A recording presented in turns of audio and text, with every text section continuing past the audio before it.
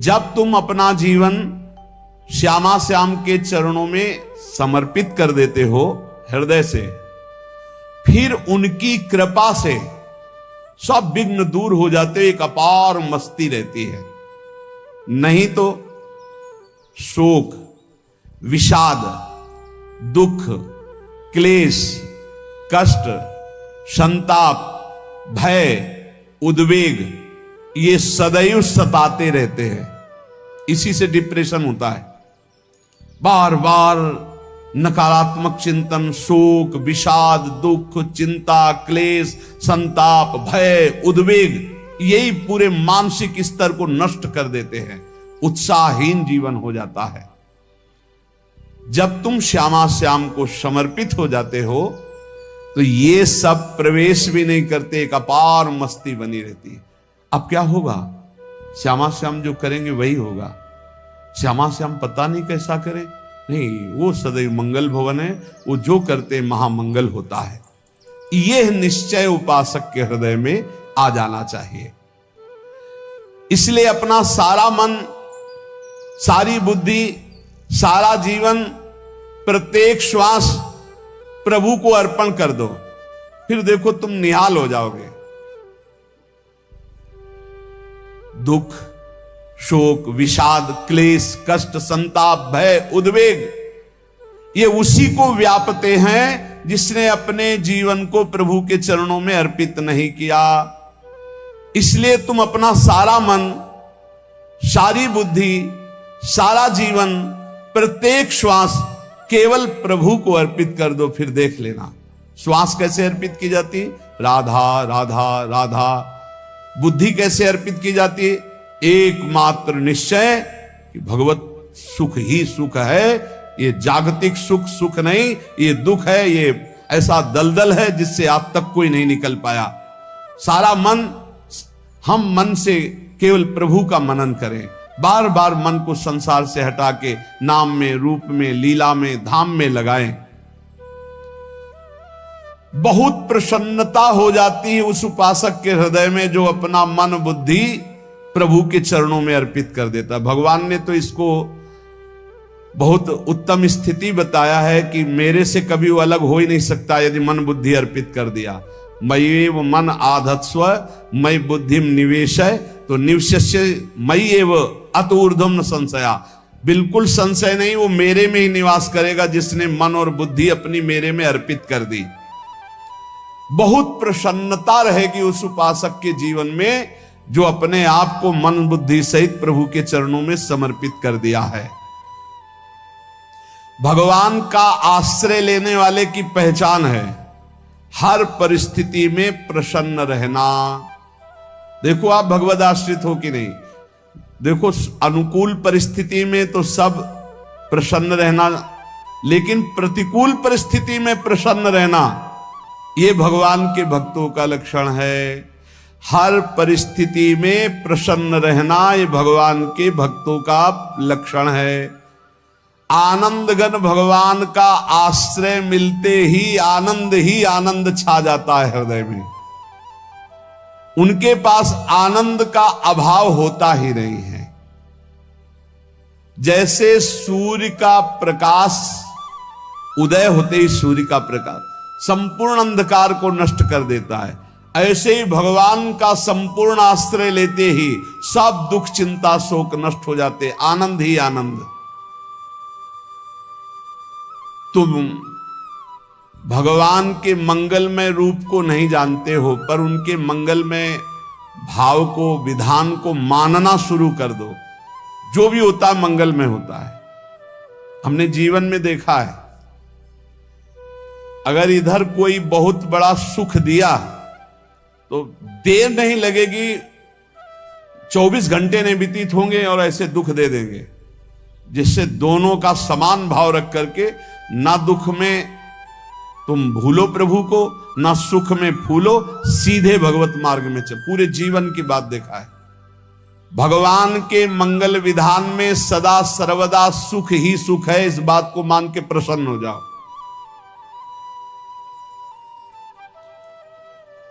जब भगवान का भजन करने वाले की तन्मयता बढ़ती है भजन में, तो द्वेषी जन अपने आप तैयार हो जाते हैं। भक्त कभी किसी से द्वेष नहीं करता, अपने आप वो द्रोह करने लगते हैं। तो नरसिंह मेहता जी से बहुत गांव के कई लोग थे जो जलते थे, ऐसे जलते थे कि अब क्या करें, कैसे मिटा दे नरसिंह मेहता जी को। और उपाय तो मिल नहीं रहा था। तो एक दिन संतों की मंडली आई और उन्होंने कहा कि हम रास्ते में कोई चोर आदि धन ना ले ले, इसलिए यहां से किसी की हुंडी चलती है क्या द्वारिका में? पहले ऐसा था।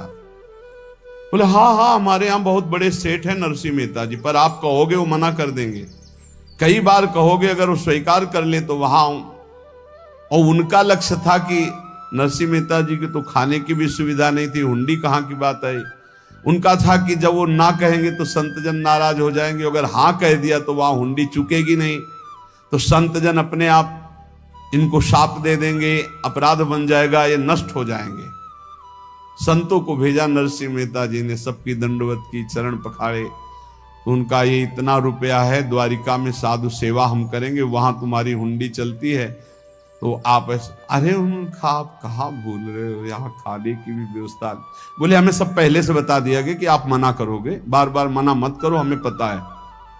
तो उन्होंने ठाकुर जी की तरफ देखा, बोले क्या लीला है प्रभु, संतों से हम क्या कहें, ये ले रुपए। उस समय स्वर्ण की मोहरें चलती थी, बेच के बाजार से खूब उन संतों को पवाया, उन्हीं संतों की सेवा की। और उनका अपने सेठ का नाम तो बताओ जहां हमें जाके हुंडी मिलेगी। सेठ सावल सा सेठ। संत जन गए वहां, पूछा कि नरसिंह मेहता जी का जिन सेठ से परिचय, उनका नाम सावल सा सेठ, उनकी गद्दी कहां है? तो जो कुछ भक्त थे वो द्वारिकाधीश की तरफ संकेत करते कि वही हैं। बोले नहीं नहीं, वो सेठ है, उनकी गद्दी चलती थी पूरी बाजार में कहीं कोई। अब संत जन एकांत में होकर के बहुत विचलित हुए, क्या हमारे साथ धोखा हुआ? नरसिंह मेहता जैसा संत क्या धोखेबाज हो सकता है?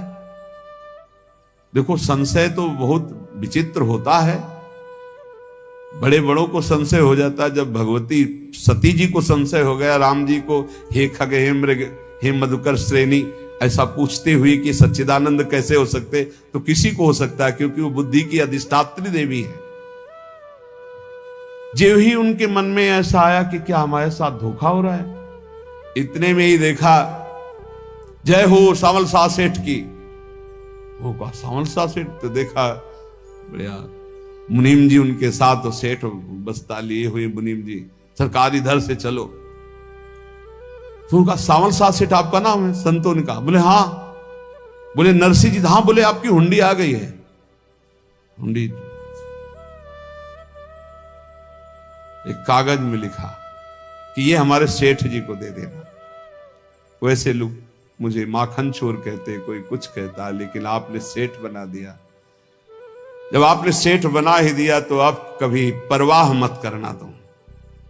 और ये सेवक आपकी सेवा में सदैव तत्पर है, भगवान ने ऐसा लिखा। जो भगवद आश्रित है, एक बार ये चलता रहता है, जो संत जन होते हैं उनके विरोधी अपने आप बन जाते हैं, किसी से कोई मतलब नहीं, अपने आप विरोधी बन जाते हैं। कबीरदास जी का पूरी काशी में यश था। भजन करने वाले महापुरुषों का यश बढ़ता है जब, तो जो भजनहीन होते हैं उनके हृदय में जलन पैदा हो जाती है और वो उनको विविध प्रकार से फंसाना चाहते हैं, उनको कष्ट देना चाहते हैं। तो कबीरदास जी के यश को भूमिल करने के लिए कुछ ब्राह्मणों ने एक रचना रची, मुड़ मुड़ा के कबीरदास जी के शिष्य बन करके पूरी काशी के सब आश्रमों में निमंत्रण दे आए। कल भंडारा है, संत सेवा है, सबने स्वीकार किया। कबीरदास जी अपनी दिनचर्या करके निकले तो संत मंडली आने लगी। बोले कै बजे सेवा है? साधु सेवा। बोले कौन सी साधु सेवा? बोले कल आपके शिष्यजन निमंत्रण दे के आए, पूरी काशी के सब संत आ रहे हैं। कबीरदास जी ने कहा यहाँ तो एक की भी व्यवस्था नहीं, पूरी काशी के संत आ रहे। अच्छा समझ में आ रहा है, लीला बिहारी तुम लीला करना चाहते हो। गए अपना निकल गए गंगा किनारे, एक झाऊ के नीचे बैठकर अपना भजन ध्यान में मगन है। 11-12 बजे एक तो उन्होंने देखा कि संतों की मंडली, काशी तो बहुत। कबीरदास जी ने देखा कि आश्रम की, तो बोले पता नहीं क्या होगा, चलो चलते हैं। तो ऐसे गमछा वस्त्र करके ऐसे डालकर मुंह ढक करके, वहां बड़ी बड़ी पंगत लगी थी। कबीरदास जी सबको पाओ जी पाओ। कबीरदास जी के रूप में स्वयं भगवान पाओ जी पाओ। कबीरदास जी ने कहा अच्छा, जब स्वामी परस रहे तो हम भी बैठ के पा ले। तो जब उसी पंगत में बैठ गए अपना कपड़ा ढक करके, और जब मोहरे की दक्षिणा दे रहे थे सब लोग कि वाह कबीरदास जी ने आज तो साधु से। सबको जब कबीरदास जी के सामने आए तो ऐसे मुंह ढके, बोले देखो जो मेरा होता है उसे मुंह छुपाना नहीं पड़ता, मुंह ढकला नहीं पड़ता। लो दक्षिणा, तुम भी दक्षिणा ले।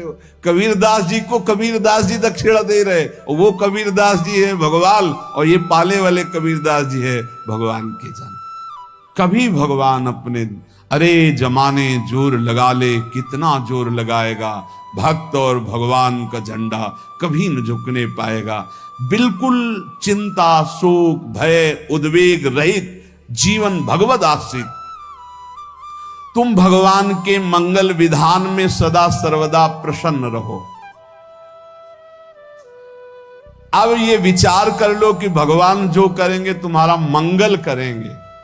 अब थोड़ा ऐसा बीच में लगता है कि अमंगल हो रहा है क्या, लेकिन पक्का समझो बहुत बड़ा मंगल उनका विधान होता है।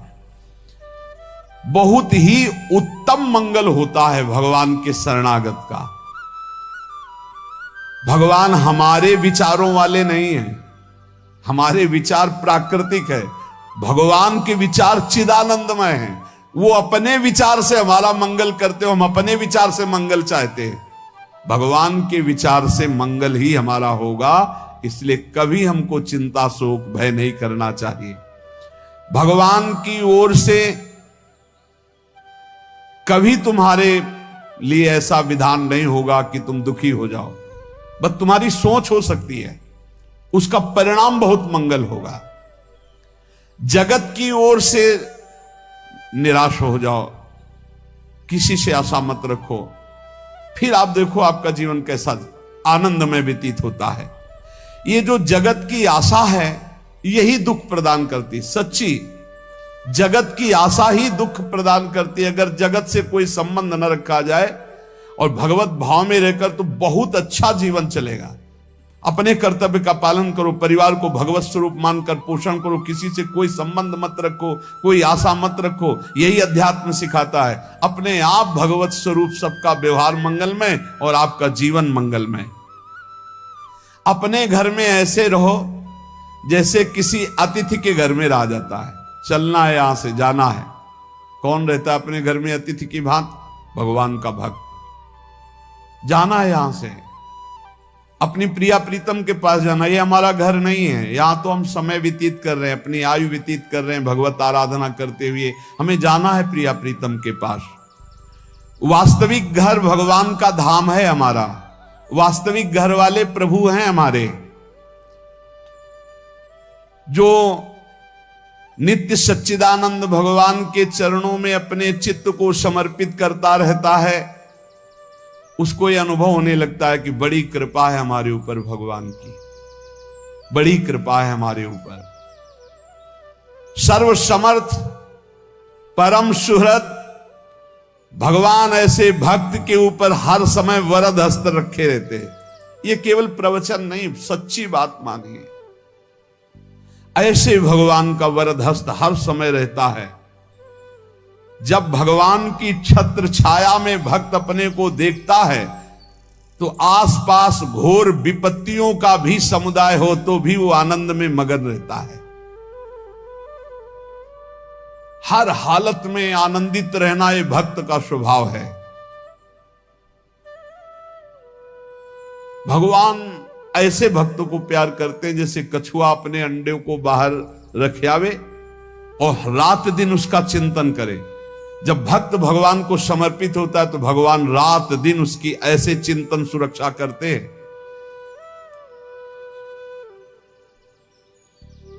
अब है ये दैवी संपदा का पहला गुण है। ये भगवान के शरणागत पर जागृत हो जाता है। वो भयभीत नहीं होता, किसी भी उससे भयभीत नहीं होता। यही डरप हरिवंश हित, जिनो भ्रमय गुण सलिल पर। इस डर से डरते रहना चाहिए, कहीं गुण रूपी पानी में फिसल न जाए, नहीं तो गलती हो सकती है। साधक सावधान रहे। ये अभय दैवी संपदा का सबसे बड़ा गुण है। जो भयहारी भगवान की शरण में आ जाता है तो उसके अंदर ये अभय प्रकट हो जाता है। अगर कहीं तुम्हें एकांत में भय लग रहा है, एक आदमी तो एकांतिक में आए थे, वो कह रहे थे कि हमें हर समय भय लगा रहता कि कोई हमारे पीछे है, अंधेरा तो लगता कोई खड़ा है, मैं जीना मुश्किल हो गया, ऐसा भय। देखो ये मन कैसा है, भगवान से विमुख होने पर कैसे डरवाता है। वो कह रहे हैं हर समय मुझे डर लगा रहता है, कोई सामने खड़ा है, कोई पीछे खड़ा है, ऐसा भय लगने लगता है। और जब भगवान की शरण में आ जाते हैं तो ये अभय स्थिति हृदय में जागृत हो जाती है। कोई भी भय आसपास आ ही नहीं सकता, यहां तक कि नरक का भी भय खत्म हो जाता है जो भगवान की शरण में है। महापापी भी पुण्यात्मा महान भक्तों के समान वो उत्तम गति को प्राप्त हो जाता है जो भगवान की शरण में हो जाता है। पर ये जो भोगों का आश्रय लिए हुए हैं, मनमानी आचरण कर रहे हैं, ये कभी उस अभय को जान ही नहीं सकते कोई अभय पद है क्या। इनको तो कदम कदम पर शोक, भय और दुख की प्राप्ति होगी, कोई बचा नहीं सकता। जो भोगों में लगे हैं, मनमानी आचरण कर रहे हैं। अगर निर्भय होना चाहते हो, परम सुखी होना चाहते हो, तो भगवान के शरणागत हो जाओ। सारे जगत को अभय दान देने वाले भगवान हैं। भगवान का एक प्रण है, ममपन शरणागत भयहारी। जो मेरी शरण में आ गया उसके भय का मैं नाश कर देता हूं। साधना में अवस्था मन की मानी जाती है कि आप कितने अच्छे साधक हैं। यदि आपका मन भगवदाकार है, हर समय भगवत चिंतन चल रहा है, आपके स्वप्न भागवती का रहे हैं, आपके विचार भागवतिक हैं, तो आपकी अच्छी साधना हो रही है। और यदि आपके स्वप्न गंदे आ रहे हैं, क्योंकि स्वप्न में मन का ही सारा खेल होता है, और आपकी चिंतन वृत्ति वासनात्मक चल रही, तो अभी साधना का प्रभाव मन पे नहीं पड़ा है। जिसका मन हर समय भगवत चिंतन करता रहता है, वो जीते जी जीवन मुक्त हो जाता, अनुभव होता है। जैसे किसी ने कहा कि हमें कैसे पता चलेगा कि हमारा काम हो गया है, तो जैसे आप भोजन पा लेते हैं तो किसी दूसरे से गारंटी थोड़ी लेनी होती कि हम छक गए हैं क्या, आप जरा बताना हम छक गए हैं क्या। नहीं, अपने हृदय में आ जाता है कि अब मैं तृप्त हो गया। ऐसे ही अपने हृदय में आ जाता है कि मेरा काम हो गया, अब मेरा जन्म नहीं होगा। ये हृदय में आ जाता है, अपने आप अनुभव में आ जाता है। जब स्वरूप बोध होता है तो किसी और से सलाह थोड़ी लेनी होती है, वो अपने आप अनुभव में आ जाता है। हाँ, यदि गुरुदेव का वर्ण नहीं किया है तो फिर आपको किसी न किसी गुरु से प्रमाणित करवाना पड़ेगा। और अगर गुरुदेव का वर्ण किया है तो वही मंत्र, वही नाम, वही गुरु शरणागति आपको अंदर से पुष्ट कर देगी कि आपका काम हो गया है। विषय चिंतन करता हुआ मन विषय आसक्ति को प्राप्त होता है। विषय आसक्ति को प्राप्त हुआ मन बार बार जन्म मरण और नरक को प्राप्त होता है। बस ये विषय चिंतन हटाना ही प्रमुख कर्तव्य साधना का है। बार बार मन को विषयों से हटा करके प्रभु के नाम में लगाओ, प्रभु के रूप में लगाओ, प्रभु की लीला में लगाओ। 3 प्रकार का चिंतन होता है। एक असत चिंतन, जिसे पाप कहते हैं, जिसे अशुभ चिंतन कहते हैं। एक सत चिंतन, जिसे पुण्य कहते हैं, जिसे शुभ चिंतन कहते हैं। और एक भगवत चिंतन। पाप चिंतन, अशुभ चिंतन, पुण्य चिंतन, शुभ चिंतन, ये दोनों संसार में बांधने वाले हैं। संसार से मुक्त नहीं हो सकते शुभ चिंतन करके। पुण्य का प्रताप आपको देवलोक आदि के भोग भुगा सकता है, भगवत प्राप्ति नहीं। लेकिन भगवत चिंतन से आपके शुभ अशुभ दोनों का नाश होकर भगवत प्राप्ति हो जाएगी। अब आप देखो अपने मन में कि अधिक समय आपका भगवत चिंतन होता है, शुभ चिंतन होता है कि पाप चिंतन होता है। प्रारंभ में तो सपोर्ट करने के लिए कहते हैं मन लगे ना लगे आप नाम जप करो, लेकिन जब उसकी कसौटी होती है भक्त की, तब मन ही से होती है। अगर मन आपका पाप चिंतन कर रहा है, अशुभ चिंतन कर रहा है, स्वप्न गंदे आ रहे हैं, अभी आपके ऊपर रंग नहीं चढ़ा भक्ति का, भजन का रंग नहीं चढ़ा। जब शुभ और अशुभ दोनों चिंतन छूट जाए, केवल भगवत चिंतन हो, असत चिंतन अशुभ चिंतन तो साधक का होने ना पावे, ऐसे बचावे। क्योंकि जितना अशुभ चिंतन होगा वो आपको भ्रष्ट करेगा, पक्का करेगा। अशुभ चिंतन से तो भयभीत हो जाओ। जहां पाप का चिंतन, गंदी बातों का चिंतन हो, भयभीत हो जाओ, पुकारो प्रभु को, राधा राधा राधा राधा। ये अशुभ चिंतन आपको दुख, विपत्ति, चिंता, शोक में फंसा देगा। और शुभ चिंतन ये कोई खास बात नहीं, ये दुख तो नहीं देगा आपको, पर फंसा ये भी देगा, लोक लोकांतर के सुखों में फंसा देगा। तो ना हमें शुभ चिंतन करना है ना अशुभ चिंतन करना है, हमें भगवत चिंतन करना है। भगवत चिंतन में ऐसा तेज प्रकट होता है ज्ञान का, जैसे सूर्य के प्रकाश में रस्सी में सांप का जो भ्रम हो जाता है वो नष्ट हो जाता है। जहां सूर्य उदय हुआ दिखाई देता है रस्सी है। ऐसे जो भगवान में संसार का भ्रम हो गया है, राग द्वेष मान अपमान निंदा स्तुति, ये ज्ञान में सब नष्ट हो जाता है। तो ये ज्ञान प्रकट होता है भगवत चिंतन से। भगवत चिंतन से अज्ञान अंधकार का नाश होता है और समस्त दैवी संपदा के गुण उसमें जागृत हो जाते हैं। दैवी देव संपदा, देव भगवान को कहते हैं। जहां दैवी गुण आए तहां भगवान का प्रादुर्भाव उसके हृदय में हो जाता है। फिर समझिए, चिंतन तीन प्रकार का होता है, एक पाप चिंतन, एक पुण्य चिंतन, एक भगवत चिंतन। जो भगवत प्राप्ति करना चाहते हैं उनका पाप चिंतन तो होने ना पावे, पुण्य चिंतन भी खास बात नहीं है, इसलिए हर समय भगवत चिंतन हो।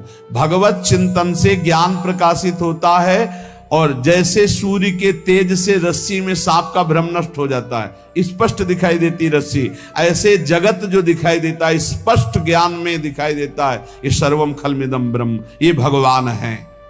दैवी कहते हैं देव संपदा को, देव संपदा अर्थात भगवान के भागवतिक गुण। जहां दैवी संपदा आती वहां भगवान प्रकट हो जाते हैं।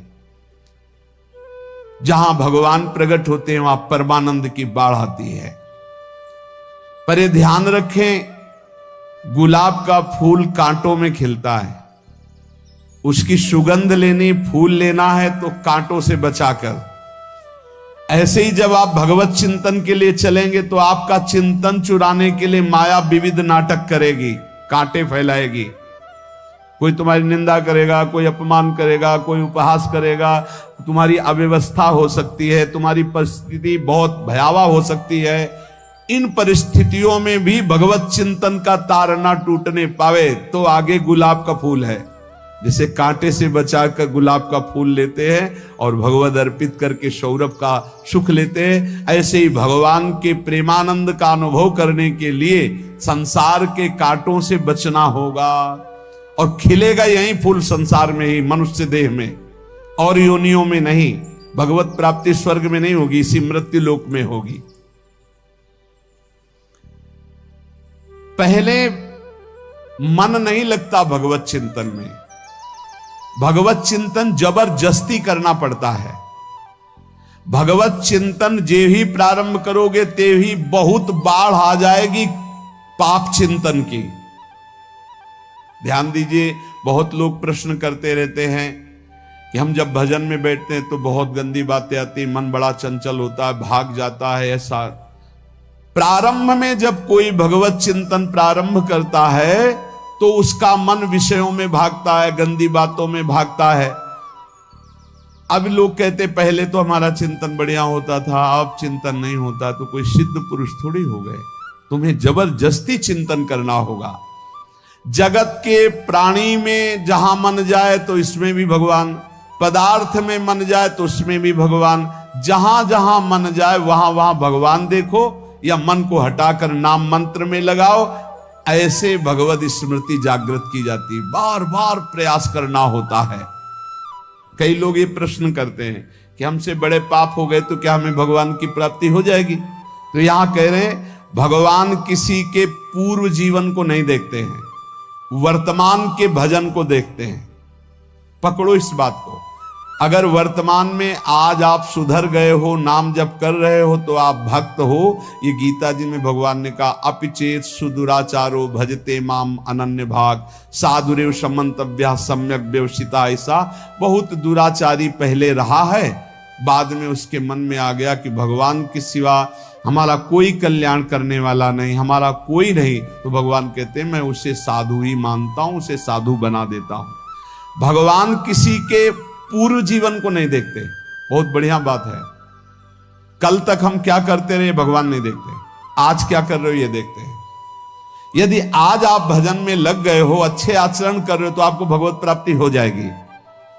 भगवान ये नहीं देखते कि पूर्व में पुण्यात्मा रहा है कि पापात्मा रहा है। भगवान वर्तमान में देखते कि मेरा भजन कर रहा है, बस इसी से कल्याण कर देते हैं। पकड़ो इस बात को, तो कभी प्रश्न नहीं उठेगा कि क्या हमको भी भगवत प्राप्ति हो सकती है क्या। हमारा मन यदि श्री भगवान को चाहने लगे तो श्री भगवान हमारे मन में ही आकर बस जाएंगे। भगवान की रूप माधुरी में मन डूबने लगेगा।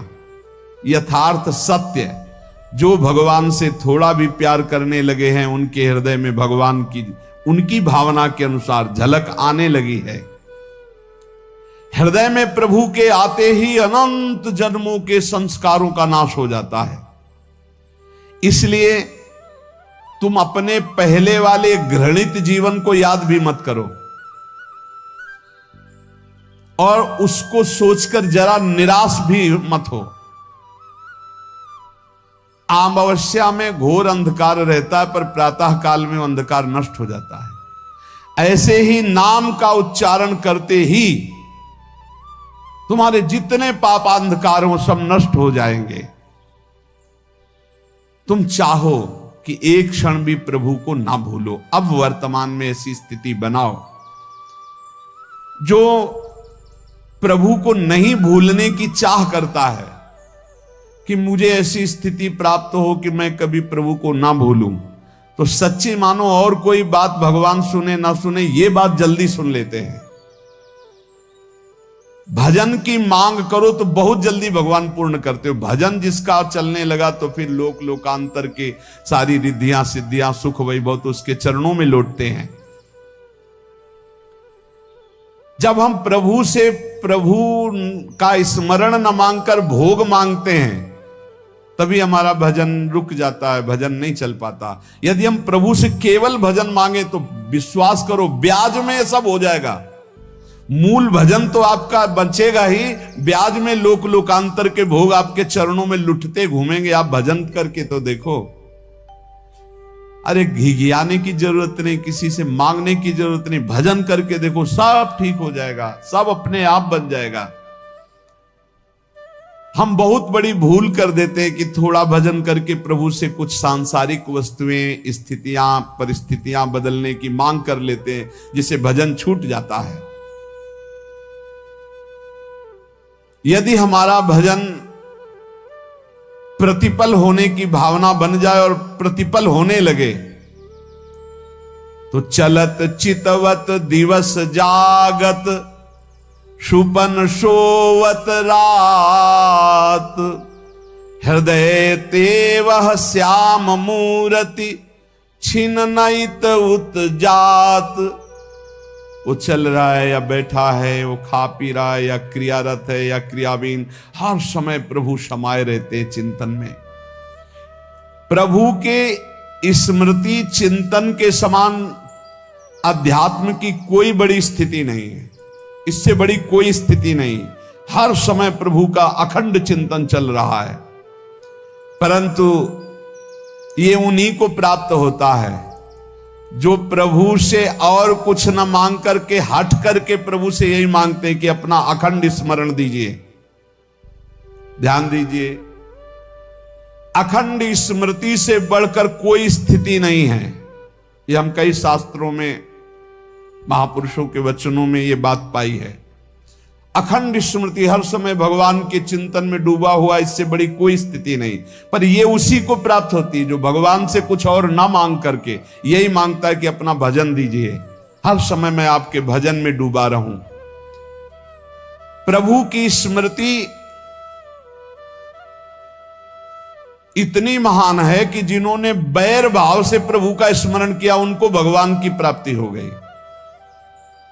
जैसे कंस आदि भगवान से बैर ही तो रखते थे, लेकिन भगवान की स्मृति रहती थी। स्मृति ने उनको भगवत प्राप्ति करा दी। स्मृति में महान सुख है, पर वो जब भक्ति रस से युक्त स्मृति होती तब माधुर्य रस, प्रेम रस का अनुभव होता है। कल्याण तो वैर भाव से स्मरण करने वालों को भी प्राप्त हो गया। यदि आप भक्त हो और ये चाहते हो कि आपकी भागवती की स्थिति बहुत जोर की हो, तो हम आपसे प्रार्थना करते हैं कि रोज प्रभु से एक ही बात मांगिए, मुझे अखंड स्मृति दीजिए।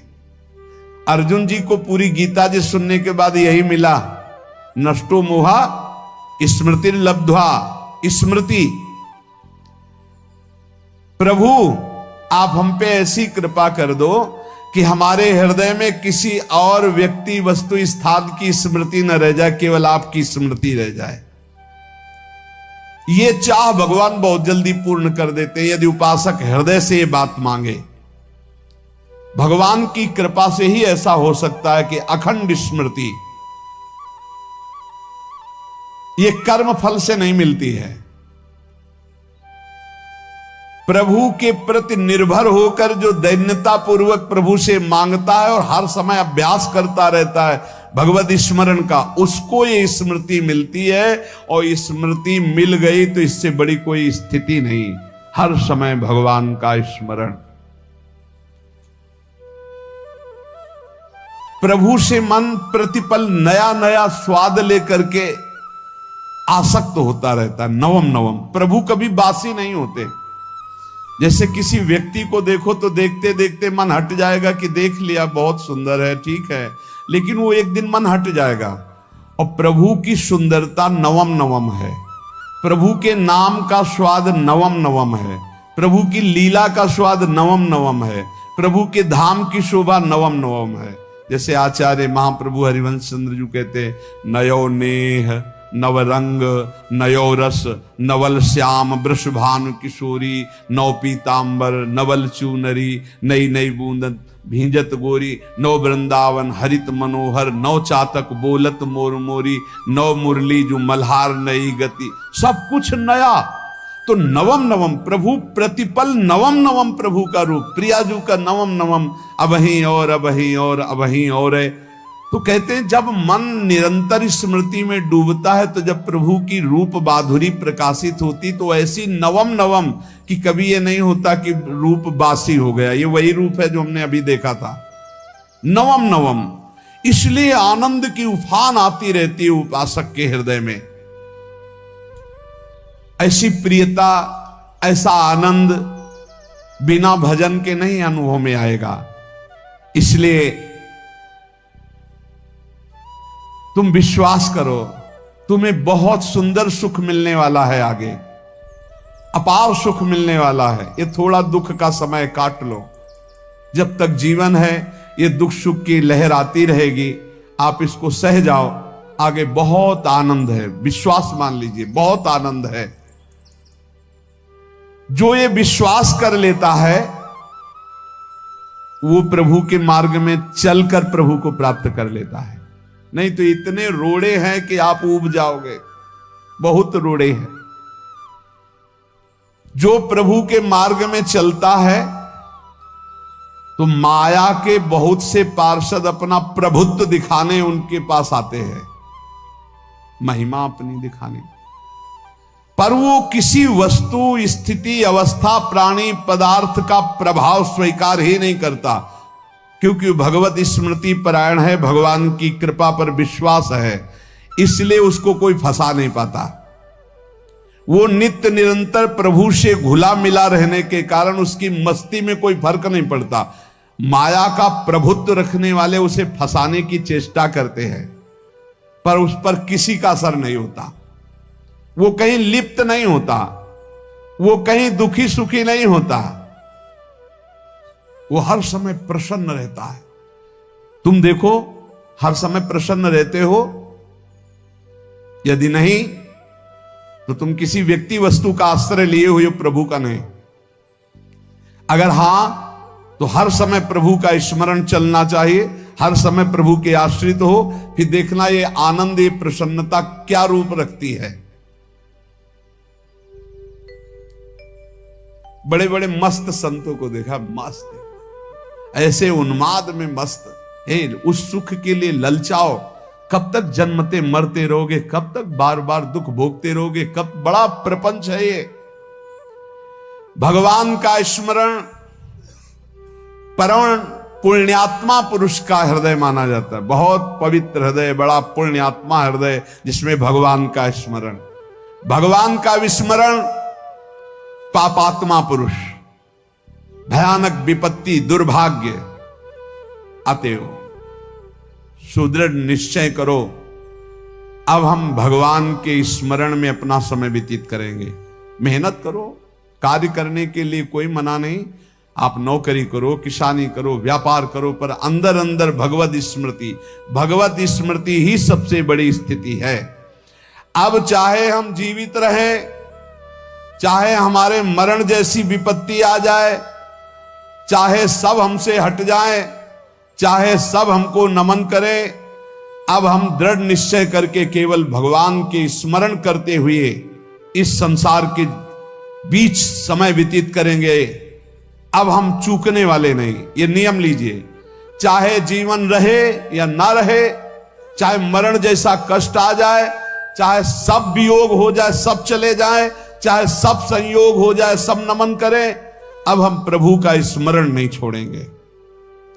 जो ऐसा निश्चयी होता है, दृढ़ निश्चयी, उसके अंदर दृढ़ विश्वास, तो उसके हर समय भगवान की स्फूर्ति होती रहती है।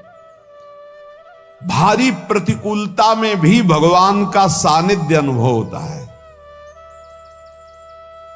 वो अनुकूलता में तो भगवान के दुलार को देखता है, लेकिन प्रतिकूलता में भगवान की विशेष कृपा को देखता है। ये संयोग, ये वियोग, संसार की ये द्वंद्वमयी वृत्तियां भक्तों के हृदय में नहीं चुभती।